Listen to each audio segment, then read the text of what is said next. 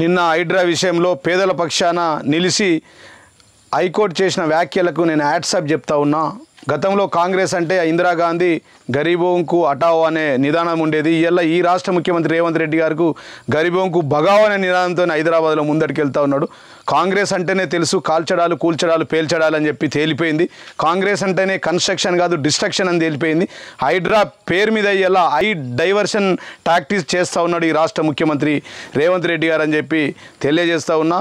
మరి ప్రజలంతా చూస్తూ ఉన్నారు. ఇవాళ ఈ రాష్ట్రంలో గతంలో కాంగ్రెస్ అంటే ఒక స్కాంగ్రెస్ అని, ఒక స్కామ్ల పార్టీ అని, father of the corruption party Congress party అని ప్రజలందరికీ తెలుసు. ఇవాళ అదేవిధంగా గతంలో భూమిలో బొగ్గు కుంభకోణం, భూమి మీద కార్ల కుంభకోణం, ఆకాశంలో అగస్ట కుంభకోణం, అంతరిక్షంలో 2G స్కామ్ చేస్తూ ఇలా పంచభూతాలను దోసుకున్న పార్టీ కాంగ్రెస్ పార్టీ. ఆనాడైతే ఈరోజు కూడా ట్రిబుల్ R పేరు మీద రేవంత్ రెడ్డి, ఫ్యూచర్ సిటీ మీద రేవంత్ రెడ్డి కుటుంబం, చెబులార్ పేరు మీద రేవంత్ రెడ్డి, రాహుల్ గాంధీ, రాబర్ట్ వద్రా, రంగనాథన్ నలుగురు కలిసి ఇలా హైదరాబాద్ పేద ప్రజల్లో గుండెల్లో హైడ్రా పేరుతో ఒక హైడ్రోజన్ బాంబుగా, ఒక అణుబాంబుగా మారిరు. వాళ్ళని భయభ్రాంతులను చేస్తూ ఉన్నారు, వారి ఇళ్లను కూలుస్తూ ఉన్నారు. కాబట్టి మరి నిన్న రాత్రికి హుటాహుటిన వెళ్ళినటువంటి రేవంత్ రెడ్డి ఢిల్లీలో పెద్దలను ఒప్పించి, రేవంత్ రెడ్డి గారు రాహుల్ గాంధీతో ఒప్పించి వెంటనే హైడ్రా విధి విధానాలను మానుకోవాలా, ఆ హైడ్రాను రద్దు చేయాలని చెప్పి మేము కోరుతా ఉన్నాం. ఒకవేళ మీరు హైడ్రాను రద్దు చేయకపోతే హైదరాబాద్లో హైడ్రా పేద ప్రజలు,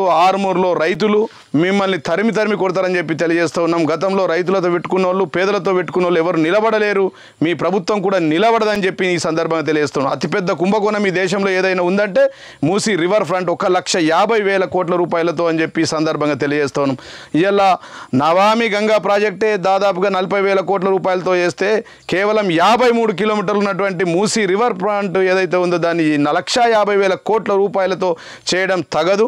ఇదే 1,50,000 కోట్లు నీకు దమ్ముంటే ఇంకా రైతులకు మిగిలిపోయినటువంటి 30,000 కోట్ల రైతు రుణమాఫీ చెయ్యు, రైతులకు 2 సార్లు ఇవ్వాల్సిన రైతు బంధు ఇవ్వు, మా మహిళ అక్క చెల్లెలకు 2,500 పింఛన్లు ఇవ్వు, నువ్వు పెంచుతున్న 4,000 పింఛన్లు ఇవ్వు, పేద ప్రజలకు మా యాదవ సోదరులకు గొర్రెలను పంచు, మా పేద ప్రజలైనటువంటి గూన్లకు బేస్తోళ్లకు చెర్లలో చేపలను వేయు, అదేవిధంగా మా అక్క చెల్లెల పెళ్ళిళ్ళు జరిగితే తులం బంగారం ఇస్తానో గా బంగారం ఇయ్యు, నువ్వు చెప్తాన్న 420 పథకాలు ఏవైతే ఉన్నాయో ఆ పథకాలను అమలు చేయి. కానీ ఈ 1,50,000 కోట్లతో మురికి మీద ప్రయాణం చేస్తా అని చెప్తే ఖచ్చితంగా అదే మూసీ నదిలోని కాంగ్రెస్ పార్టీని తొక్కి పెడతారని చెప్పి ఈ సందర్భంగా నేను తెలియజేస్తూ ఉన్నాను. రాత్రే ఢిల్లీకి వెళ్ళిండు. ఢిల్లీ పెద్దలు నొప్పించి హైడ్రాని రద్దు చేసుకొని పేద ప్రజలకు పంచాల్సినటువంటి, మరి ఈ రాష్ట్ర ఆదాయం పెంచి పేద ప్రజలకు పంచాల్సినటువంటి పథకాలను పంచాలా, లేకపోతే అదే పేదలు, అదే ముసలోళ్ళు, అదే మహిళలు ఎవరైతే నీకు ఓట్లేసి గెలిపించిన వాళ్ళు వాళ్ళంతా నిన్ను తరిమి కొట్టి కాంగ్రెస్ పార్టీని 400 ఫీట్ల లోతుల పాతి పెడతారని చెప్పి సందర్భంగా తెలియజేస్తూ ఉన్నాం.